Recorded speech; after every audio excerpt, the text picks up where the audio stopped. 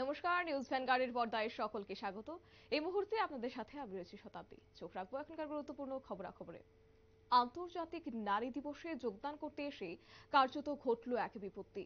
যেমনটা লক্ষ্য করা যাচ্ছে, মহিলা এবং পাশাপাশি বাইক চালক আহত হয়েছে, বাইক দুর্ঘটনার কবলে পড়েছে। আন্তর্জাতিক নারী দিবসে যোগদান করার পথে এবার বিশ্রামগঞ্জ মাল্টিপারপাস কমিউনিটি হলের সামনে আগরতলা বিশালগড় সড়কে বাইক দুর্ঘটনায় আহত বাইক চালক সহ এক মহিলা।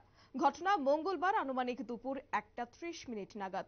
জানা যায়, বিশ্রামগঞ্জ মাল্টিপারপাস কমিউনিটি হলে আন্তর্জাতিক নারী দিবসে যোগদান করার পথে আন্তর্জাতিক নারী দিবসের যোগদান করতে যাচ্ছিলেন সীমা দাস নামের এক মহিলা।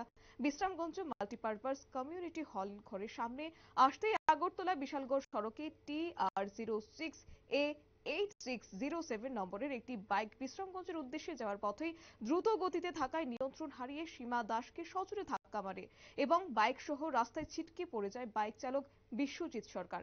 তবে ঘটনাটিকে প্রত্যক্ষ করতে পেরে প্রত্যক্ষদর্শীরা ঘটনা দেখতে পেয়ে দ্রুত আহতদের উদ্ধার করে অগ্নিনির্বাপক দপ্তরে খবর পাঠায়। তবে গোটা বিষয় সম্পর্কে কি উঠে আসছে শুনবো।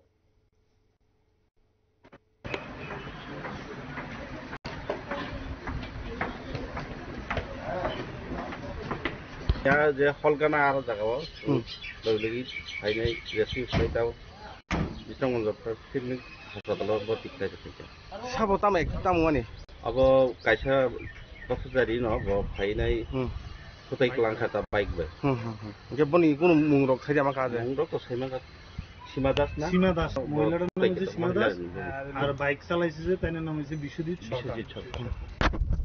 লখে বজাকানি ফাইমানি বিশ্রামগঞ্জনি বো জাকাং মানে আবো অ্যাক্সিডেন্ট অমংকে বিশ্রামগঞ্জ যে মারুতি পাস্তার স্ট্যান্ডার্ড মুভ।